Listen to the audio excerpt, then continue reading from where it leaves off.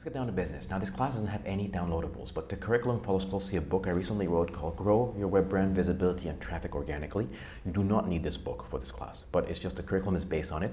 If you want additional information, you'll find it in the book. And if you want to support these efforts, you can get the book. You're more than welcome. But again, you don't need it for the class. This is the print edition on Amazon. There's also the Kindle edition, different cover on Amazon. And a great resource is viralml.com, my website. I write a lot of articles about creating great content, building the right title, building newsletters and email lists, all that good stuff. We're gonna cover a lot of that in this class. But recently I put this tool here, web application tool, where you enter your title and it's going to compare it against Amazon bestsellers and the top clapped articles on medium.com, and it'll tell you how it compares and how you can make it better. So we're going to cover that stuff pretty soon in the next videos, but I just want you to know this is the resource where you can find it. But right now, I'd like to go over a few things that I think are important for somebody who wants to build their online presence. So the first thing, to build a sustainable online presence and a community that goes with it, is knowing what is your end game. This is critical. What is your end game? It doesn't have to be a fully worked out business plan, ready to go public and issue stocks on the New York Stock Exchange at all. But nevertheless, you should know what it is that you're trying to do. Are you going to sell a product? Are you going to give advice? Are you going to offer consultancies and subscription service? Or are you just looking to experiment and looking to make some friends? All those are good reasons. A great perk of building a site organically is that you will make friends and they will volunteer feedback, sometimes brutal feedback, but nevertheless, it's phenomenal when you get feedback. Make sure you thank them because it's going to tell you a little bit about what the audience interests are and how well you're doing. In extreme cases, if you've done everything in this book, the SEO stuff, built the right content, reached out to people, and you're just not getting any traction, it could be either the topic is, the topic is not right for this audience, and maybe even, the web medium, the online presence is just not the right medium for the type of topic that you're trying to cover.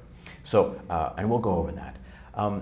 Websites come in all sorts of different shapes and sizes, and it's key that you, when you're building yours, that it's built to reach the right audience. The worst thing that can happen is that you spend a year building this great audience just to find out that it's the wrong audience for what you're trying to do. As a simple example, you're talking about luxury cars because eventually you want to sell a luxury car, and you find out that none of them can afford these luxury cars. So that's the last thing. You make sure you want to make sure at this point you want to experiment with your content, with your audience, to make sure the interests are aligned. That's definitely key. And I think the web landing page is the first page when people go to your site, is the most critical part as well.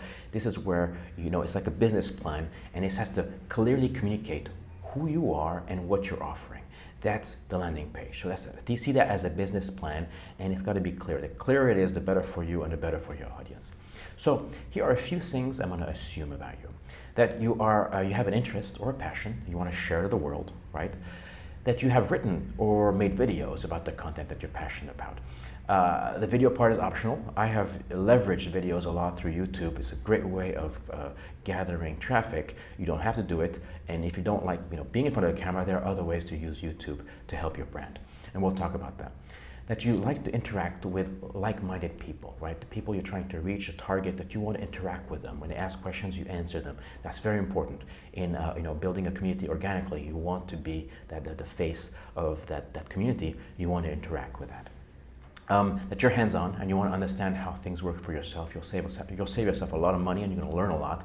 And same thing, that you are computer savvy, meaning that you understand basic HTML, web publishing tools, etc. Because these simple things are going to save you a lot of money, and they're going to also give you a lot of control. Like, for example, if you control your HTML on your blog or on your website, you'll be able to do all sorts of SEO tricks, all sorts of things that we're going to cover here in this class to help you,